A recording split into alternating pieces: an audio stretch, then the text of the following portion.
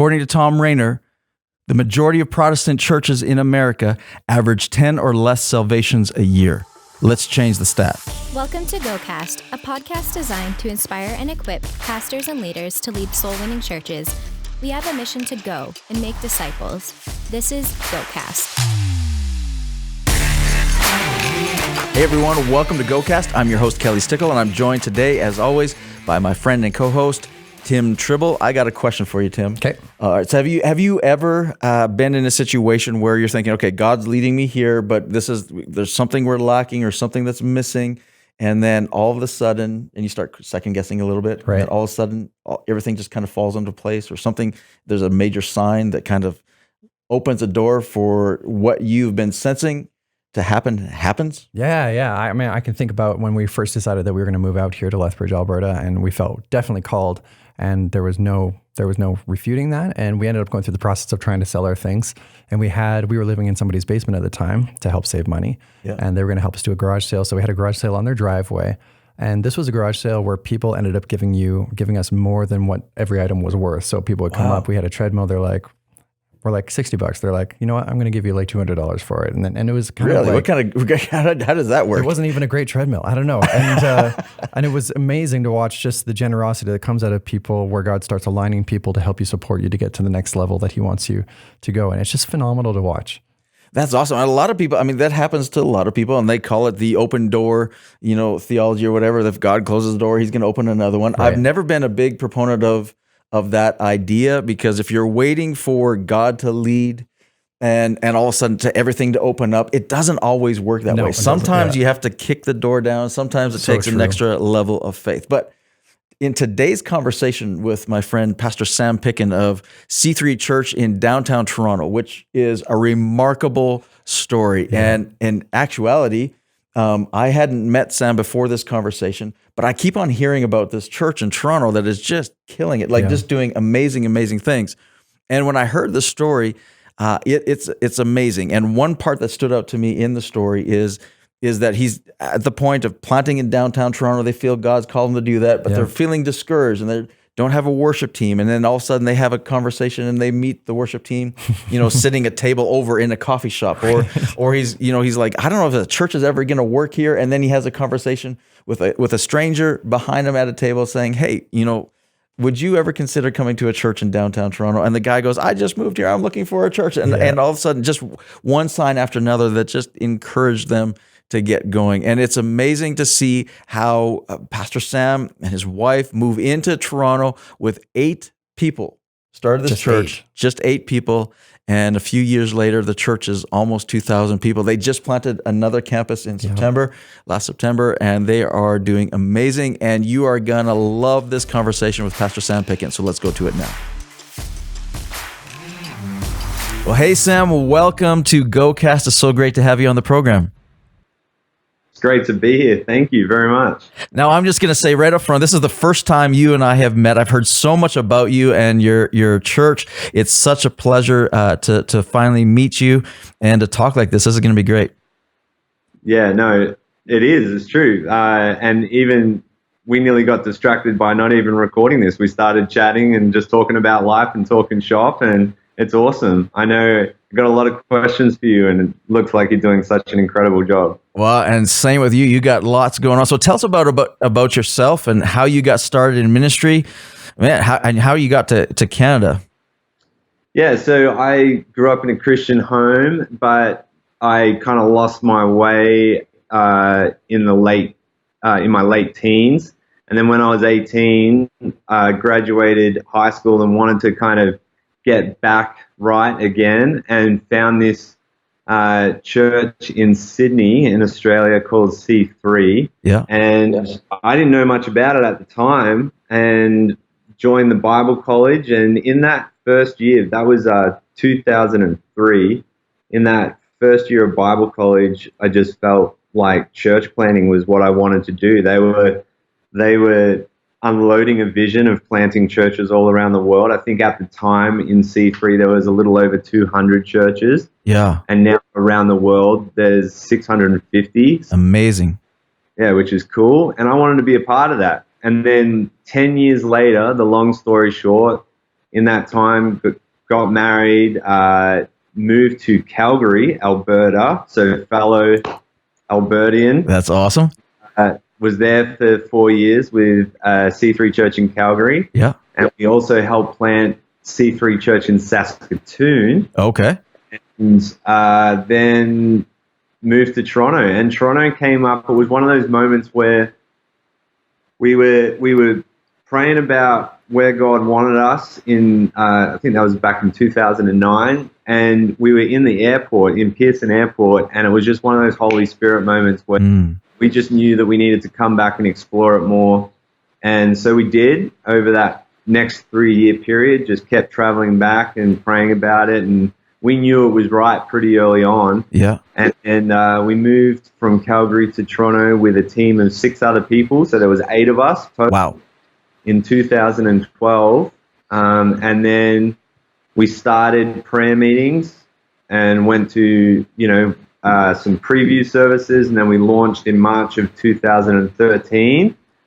I wanted 100 people at the first service and we had 98. That was just one of those humbling moments. And then we kind of went down to a core of about 40. Yeah. And from 40 people, we really started to build from that. And now we're just about to launch our 3rd location. And there's probably somewhere around 1,600 to 2,000 people that are connected with us. That is amazing. That is so good. It's so exciting to hear about that. And I love, starting with 98 and then, man, we had a core group of 40 because a lot of church planters, we have these big visions, these big ideas that we're going to launch big and stay big.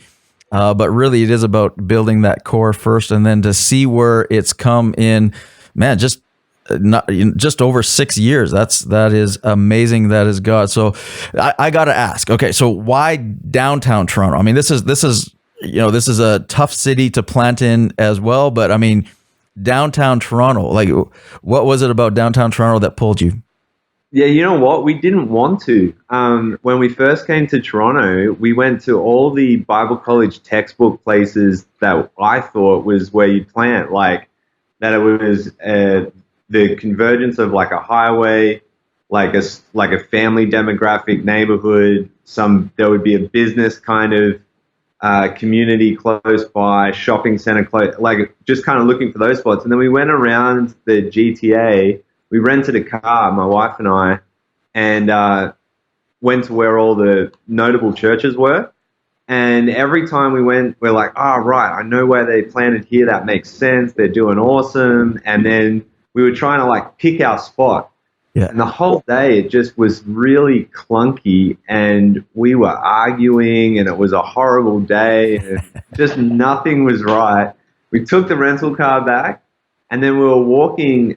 Someone said to us before we made the trip they said, I was kind of telling them, I don't know where to go. And they said, just go to the places you like. You like drinking coffee, just go to some cool coffee shops that you like and see if God speaks to you. So we went along to this coffee shop in downtown Toronto and we're sitting there and it was the first peace we felt for the entire day. And at the same time, crazy intimidation. Like it was like peace. And we also felt like we can't do this. Like This is so far beyond us. I feel scared. Like I've never felt scared before. I didn't consider myself, your cool urban downtown guy. I grew up in a country town of like 25,000 people that's pretty much all cattle country. And that was it. So I said to God, I prayed a little prayer, kind of like a Gideon's fleece moment and said, well, if we're going to have a church here, when I invite people, they're going to come. They're going to say yes. So we straight away in that coffee shop, we invited this guy who was sitting across from us and we said, if we come here and plant a church, would you come? Wow. And it wasn't very good strategy. And then he was actually from Calgary, which was ironic. And he said, you kind of looked us both up and down. He said, I've never been to a church before, but you guys seem kind of cool. And yeah, I'd check it out. And so for me, that was good enough. Wow. It was like confirmation. So downtown and then honestly, the whole time we didn't know what we were doing. We just like. But that's the biggest rush of church planting. I've planted a church as well, and the biggest rush is that happily terrified feeling where you're excited and terrified all at the same time, and there's no rush quite like that. So, I mean, but planting in a big city is intimidating enough. Planting downtown in a big city like that creates a whole bunch of challenges, and in particular, finding places to have church and venues to have church. And you guys in the first year, how many times did you move? You moved like multiple times. A lot. Yeah, we were in 13 different auditoriums in our first year. 13. Wow. 13. And I just don't know how it happened. How people kept coming. That's amazing. There's another long story. I'll give you the short version, but we found this one that I thought was the one, and I negotiated this contract for a long period of time, and it fell through 5 days before we were meant to do our first Sunday there. And it was the flashy one. It was the one that, everybody knew, and it was going to be awesome, and it got all shut down.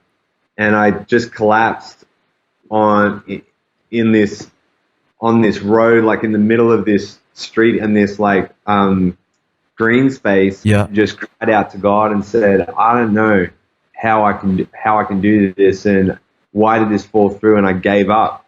And he said, finally. he's like, finally, you're like letting me do it. And then so from there we went to this crappy elementary school gymnasium where we were setting up everything, like the setup church vibe, and from the flashy venue to this one. Yeah. And that was where our church grew the most. Wow. This humbling, God knows better moment. And we stayed there for a few years, and then we moved into the high school that one of our campuses is in now. So tell me, what did you learn about in that journey? I mean, there's a complete reliance, surrender on God. I mean, we have all of our ideas, but ultimately it's His church. Yeah, I learned that.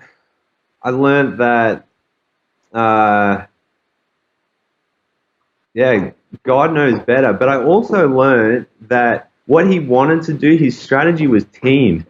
He wanted to grow the church through volunteerism. And if we went to that other place, the workload would have been less. And He taught me that work isn't bad.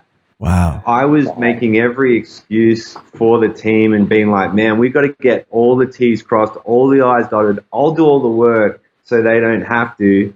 And it wasn't God's way. God's way was, no, I want people to set up chairs. I want people to set up an auditorium because it gives them something to do. It helps their character get developed. And it was God's plan all along that it had nothing to do with the venue. It was more about that strategy of volunteerism and involvement. That is such a good point. I love that. I really do believe that is a God thing, that God is shifting things. He wants to go away from the spectator sport that church has been to all hands on deck. Everybody's involved. That's really when the church grows, and that's when it's at its best, is when everybody, doesn't matter how big or how small the job is, but everyone's pitching in. That's amazing. Yeah, giving people something to do. Yeah, give them, absolutely. That's awesome. So fast forward to today. You've seen explosive growth. You're almost at, you're around 2,000 people in a weekly attendance from starting and moving 13 times in the first year. This is only 6 years ago. So this is explosive. That kind of growth is not supposed to happen in Canada, by the way. I'm not sure if you know that, especially in Toronto. So you have to qualify, it's more like 13 to 1,500 in weekly attendance, but 2,000 that are kind of connected. Yeah, well, it will be. Yeah, well, that's okay. Okay. All right. When you launch your third campus, we'll watch what happens. But anyway, you've attracted the attention of the local media as well. I mean, there's been media reports on you because of your growth. I mean, people. I like the one media report that I saw is like, why are millennials going to this church? So tell me. I mean, you have a statement as well about planting a how can this be church. So, I mean, talk about that and what you envisioned and what you're seeing now. Right. Well, that's from Acts 2, where when you did church the way God wanted church done, that onlookers, visitors looked at the church and their statement was, how can this be? They were perplexed. And so that was that vision of seeing a lot of visitors, and that's where the growth comes from. Church only grows through visitors. Mm-hmm. So if our visitor count goes down, then the opportunity for more people to be added, obviously, I'm speaking, it's pretty elementary, but it's true. It's very true. So I guess the key is how to get people in the doors. And when these media articles and media people, which has been amazing that we've had it, they would ask me, millennials aren't going to church, but it seems to be the opposite in your church. I honestly just think that preaching Jesus, presenting Jesus, and giving people the opportunity to come and worship, and just kind of presenting it like it is, and just going through the filter of, if I was going to this church, if I wasn't the pastor, would I enjoy it? Would I like going there? And making decisions around that framework means that, because I'm 34, so it means that a lot of people that are like me or in our demographic would hopefully enjoy it too. And I don't know, actually, it's just some of that stuff, and then God in the rest, and some cool stuff's happened. So talk about, let's pull on that a little bit. So talk about attracting visitors and getting visitors into the church. What has been some of the most effective tools that you guys have used to get to attract visitors and have them come visit the church? Yeah, I really like this idea of creating what I call in-house pride.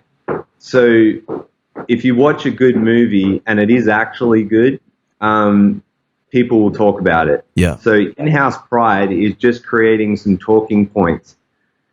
And the temptation is to copy what another church has done that looks really great, and there's a few of those things that have worked. But what we found is that we kind of seek God about what is it that we're going to do that's going to create chatter, that's going to create noise. Yeah. And do some events and some things that will create that in-house pride. So one of the very first things that we did when we were probably about 100 people is we were trying to work out how to do a baptism service. And we're like, how do we get people to talk about church? And we couldn't bring water into this venue, and we couldn't do a baptism service in our venue. So what we did is we rented a yellow school bus, and we said to the church, we had the service, and then we transferred everybody that we could on the school bus, and then we drove down to a local swimming pool and did baptisms in the pool. Oh, cool. So it was just renting a school bus, but it was like when you post the photos of that, and then people are saying, well, how did they do church on the weekend or whatever? It's like, we rented a bus and it was so much fun, and we did baptisms, and it's simple, but it just meant that people were talking about it. Yeah. So when they talk about it, hopefully visitors or friends are asking questions, and then they give them the opportunity to say, why don't you come along? That's so good. In-house pride. So are people, and the opposite to that would be eliminating cringe factor, because people won't talk, or the unpredictability of church. Yeah. So if they're proud, if there's a consistency, even if it's not that good, consistent worship, consistent preaching, but I'm not the best preacher on the planet, but it's consistent and it's trustworthy and reliable, then that takes away from cringe factor. But if every now and then I do something that they're unsure if they can bring their friends, but eliminating a few of those things. And just as a caveat for any pastor that may watch this, or any church person that may watch this, I'm not talking about shying away from difficult subjects. So I'm not talking about shying away from money, raising money, or some things that sometimes people in church would say causes cringe factor. That's really good. I don't actually subscribe to that, because we've seen amazing people glue into church, and even great numbers of salvations right in the middle of preaching through finances. So actually, that's been that on that topic. when we preach finances, because I've heard pastors say that. I'm really glad that you brought that up. But we've heard pastors say that too. Okay, well, what are some of the cringe factors? And people talk about, well, if you talk about money or the way that you talk about money. Actually, the Sunday that we recorded the most salvations was the Sunday that I talked about money. Right. It's crazy where you go, okay, and the Holy Spirit moves in that too. So, what are some of the cringe factors that you're talking about, though? I would say unpredictability, or whatever the word is for that. I would say being aware of the political climate. So in Toronto, there are certain subjects that if I wasn't strategic and tactful with, that I could lose trust. And that's the political climate in Toronto is a lot different than the political climate in Calgary, for instance. So, right. So yeah. So there would be there would be some definitely some things there that would be landmines you could step on. Yeah. So as a church planner, you're winning trust, and trust will increase visitors and it will increase giving. Like the more that people trust the church and trust the organization, and that's hard because you feel like you're performing for people sometimes, but it's not about that. It's just trying to do right by God and be a good representative and a good steward. Other cringe factors would probably be just some subtle things, like you want music to be loud, but you don't want it to crank too hard on people. Anything in distaste. Bad jokes. You got to tell jokes. All my jokes are bad, but they're not necessarily bad jokes. So trying to get some of that distaste away.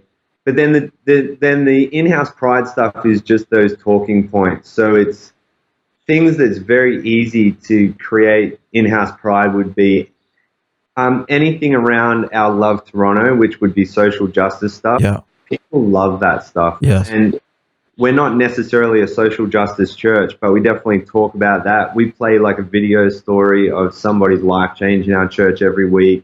Just gives people like another talking point of great going on.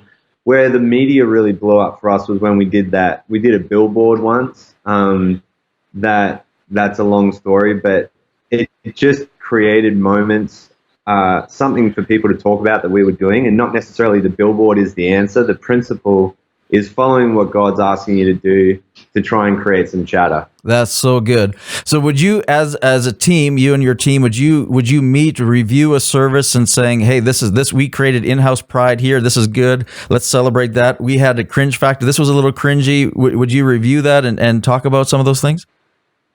So we have a hits and misses, it's like a Google sheet that goes across to all the departments. We don't have a meeting, but there's like, where were the hits in the service, where were the misses in the service, and it gives us real-time feedback that people would fill out on Sunday.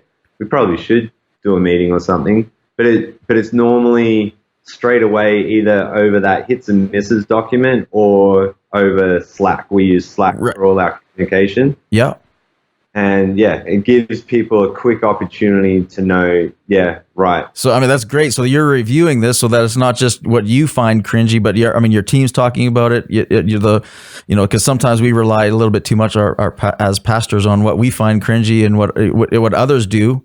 And we're not always on the same page. That's the pride of me as well. Like when somebody says, like to create an environment where your team can bring feedback to you, like, that's a humbling experience in and of itself. Yeah. But then when someone says something that I thought was good, but it actually was in a little bit of distaste, or it could even be someone I've invited to come in and speak, and then there's a part. The first instinct is, well, like, what would you know, or like the pride in me as a senior pastor. But then straight after that, I'm like, no, listen. Like, I'm not the sharpest brain here, and the combination of all of us and everybody's wanting this to win. And so I definitely have to make sure that the back and forth of feedback is felt amongst our staff. That's so good. That's really good. Yeah, that's awesome. I love your focus. And I mean, talking about wins, your website says boldly that, we exist to connect people to God. Your mission is to lead people to follow Jesus as Lord, making disciples who advance his kingdom through the local church. So talk to me about why you're so passionate about the local church reaching the lost. Right. I believe church planting and the local church is the fastest and most effective and best way to see the most fruit in salvation. Yeah. So it doesn't mean that somebody can't get saved in a small group, or somebody can't get saved individually, or somebody can't get saved in a crusade or a revival thing or something. I just believe that the holistic, best, most pointed approach, which is what Jesus set up and he said he was building, he established it, is the local church, for a number of reasons. That it's very rarely that if one person's leading people to Christ that they're seeing a handful of people come to Christ every week. So even just numbers is a lot. But then you're not pointing people to you as the Savior. The church is pointing people to Jesus as the Savior, but also pointing to the body has many parts. Mm-hmm. It's through all the different team members, pastoral staff, and all the different staff members of the church, where these people that get saved, they walk together and grow together, and we do it together. And I think the context of our faith in Jesus is relationship. Like, if the central word in the Bible is love, love is impossible to outwork by yourself. So when we try and take Christianity away from the context of relationships in the unified body, I think we just miss like 80% of what Christianity is all about. That's so good. It's so good. And it really, I mean, Jesus did say, go into all the world and make disciples. And he didn't say, go into all the world and make converts. So, I mean, the church is that disciple-making machine. I mean, that's his plan, and that's what you're saying. I really like that. So tell me, how many salvations, baptisms, did C3 Toronto have last year? Right. In the last 12 months, there would have been, I think there was somewhere about 1,200. Wow. In the that wouldn't be the last 12 months. In the last 12 months, there's been probably closer to 1,400 or 1,500 salvations. I would call them decisions. Yeah. Because I personally think that salvation can only be measured in hindsight. Yeah. Like, there's a decision for Christ, but hands going up, you never know. And right. So, at risk of getting into silly theology. No, I'm with you. I'm with you all on that. Again, it's about making disciples, right? So, I mean, decision, that I like that. That's really good. So there was probably about, from August last year to August this year, about 1,600 decisions. Wow. And baptisms, there was a little over 200 in that same time period. Awesome. Yeah. That is really good. So tell me about somebody that made the decision, came in completely unchurched. I mean, is a target that you're going after completely unchurched, doesn't have a church background, wouldn't be someone that you'd expect to ever go to the church, came in, made that decision, put their hand up, maybe follow through in baptism, and their life is totally flipped and miraculously changed. Yeah. Well, we've got, there is many examples of people. Like, we run a connect group called Following Jesus Connect Group, which is a little, I think it's 9-part book that's basically Christian essentials that a guy from C3 San Diego put together. Yeah. In that connect group, we just see story after story after story of people, and they're even asking, like, where do I even start reading in the Bible? So these people do not come from Christian families. They're like picking up the Bible for the first time, and we're leading them through, like, what even a cross is. Like, what's this, like, what's a cross? And why did Jesus do it that way? And it's so cool. It makes you really get your language right. One story that comes to mind just recently, it's a 1-year-old story now, but they came in, it was at Easter, actually. There was some marketing that we had that was called Hope, and this person who wasn't a Christian was in a really bad toxic romantic relationship with a guy, and she just said, I'm going to pray to God. And she was walking along the street and prayed to God and said, I just need hope. And then picked up our marketing material and came along to Easter, and all the marketing material had on it was hope and then our details. Wow. And she literally saw that as a sign. So she came in with this boyfriend at the time, broke up with him, and then made a decision for Jesus. And that was Easter, 2 Easters ago. But I tell that story because she then became, so we started an internship. So she then started our internship. She now runs a Connect group and oversees one of our teams. So in a year and a half, has gone from someone who's never set foot in a church, in a toxic, abusive relationship, to now being a second-year intern and leading a team and leading Connect groups. And she is one of the most powerful stories. And she's got other testimonies, even with finances. Like, she started tithing, and, you know, it just breaks the myth that someone has to be a Christian forever to tithe or whatever. But she started tithing, and then she wanted to do the internship, but she knew that, like, this job, she was like, how am I going to work? Because the internship's during the week. And then God provided through her serving on our photography team, where she learned how to use a camera in our church. She'd never used a camera before. And God provided a job with Metro News to get a contract to shoot for when the Toronto Raptors did the parade. Wow. So because she got saved, got baptized, engaged in tithing, engaged in conviction to serve on team and become an intern regardless of knowing where her finances were going to come from, then she learned how to use cameras on team, and then God provided her a job as a photojournalist.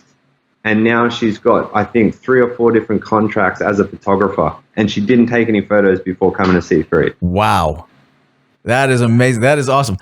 The full spectrum. That is the full spectrum. That is amazing. But what I love about that story, I mean, there's so much in that story that is amazing about being active in church, about the following through. But what I love about that story, I mean, Holy Spirit was already working in her before she ever stepped foot in the church. And often, I mean, we take that for granted sometimes, that you know, people come in, we don't know, hey, God's been working on them for a long time, and he's just looking for a church that's going to give them the opportunity to, number one, receive him, but then to disciple them and lead them away, so that a year and a half later they can see all this kind of stuff. That's amazing.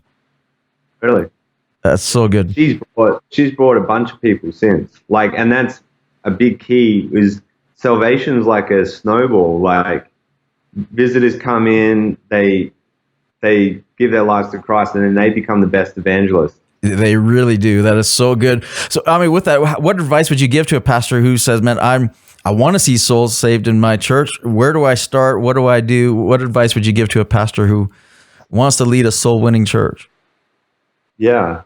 I would say begin praying for it. Do salvation altar calls every Sunday, even if no one responds. Yeah. I just think, just by doing it, giving people the opportunity every Sunday, even if no one responds, don't let the congregation see any sense of discouragement or anything. You're acting in faith. Yeah. I would say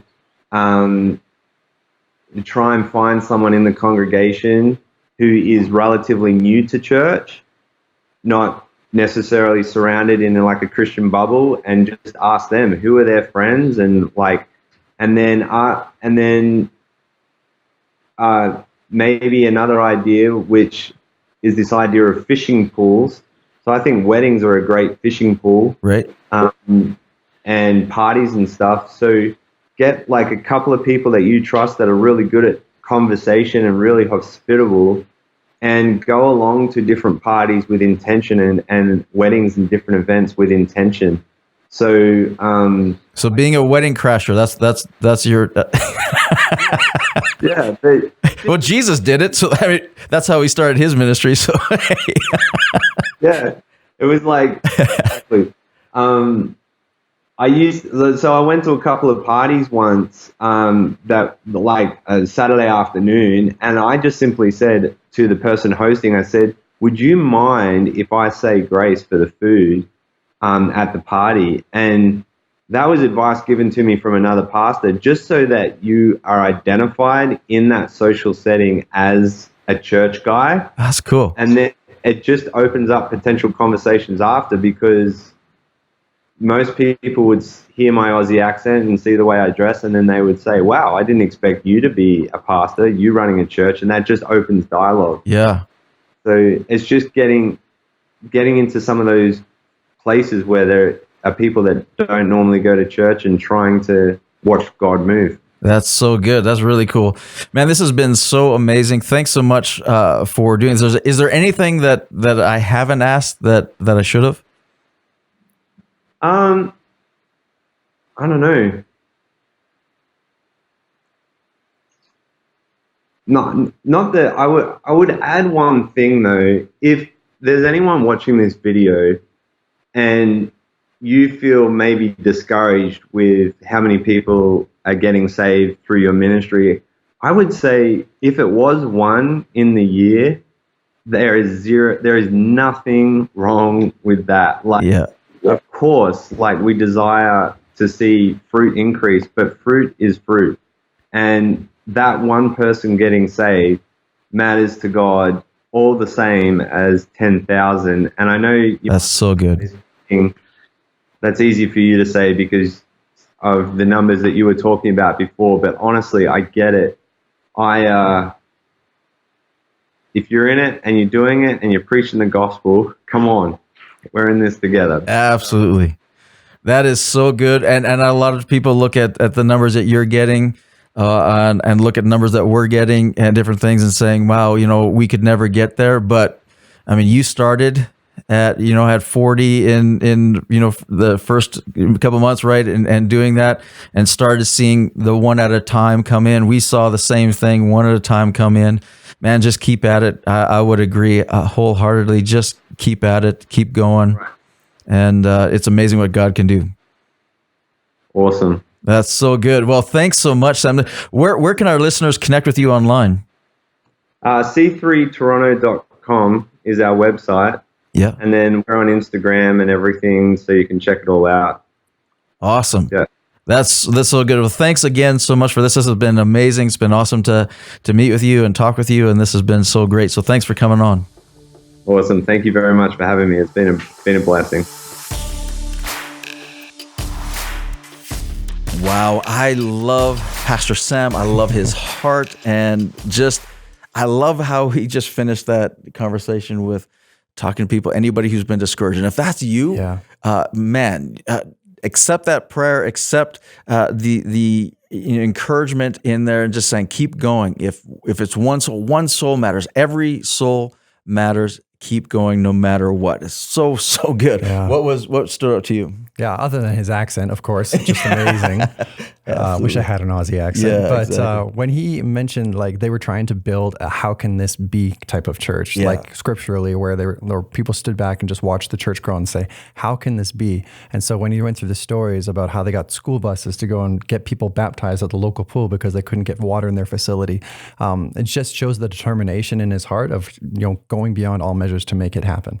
And that shows just a reliance on God. Completely, and saying, man, we need miracles, we need breakthroughs, and we're not going to stop at a roadblock or something making it difficult. We're going to make this happen.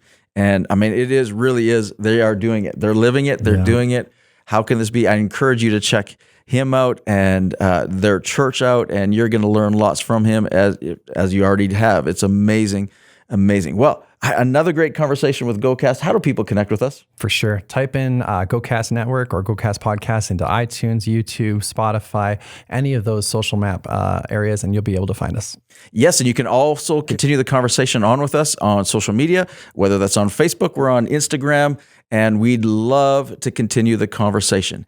Next week, we have another episode coming to you with a conversation with my friend, Pastor Dave Mancheshan from Medicine Hat, Alberta, and he's got a great story with his church, another church turnaround that is remarkable. So here's an excerpt from that conversation. I think honestly the biggest thing would be my identity is not my church. And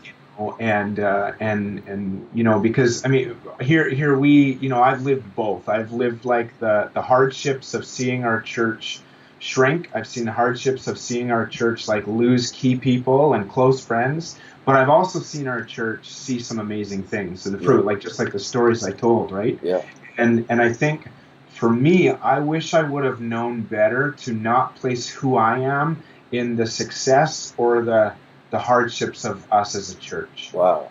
And again, I read another thing. It's again so cliche, but I'm not Jesus. I'm not the savior of my church, and so my identity is solely based in what's been given for me, and not how well our church is doing or how hard it is for us as a church. And so that's probably the number one thing, is really understanding that God says who I am. Looking forward to our conversation next episode with Pastor Dave Mancheshin. Thanks again for joining us at GoCast, and we'll see you next time. Thank you for joining us for this episode of GoCast. We hope you feel inspired and better equipped to take your community for Christ. Make sure to subscribe to receive each new episode as it's released. Let's go and break the stat together.